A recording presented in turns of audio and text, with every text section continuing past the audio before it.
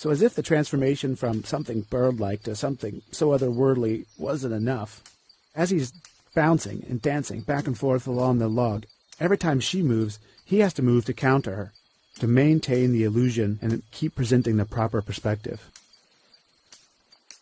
So when the female goes to the other side here and stops,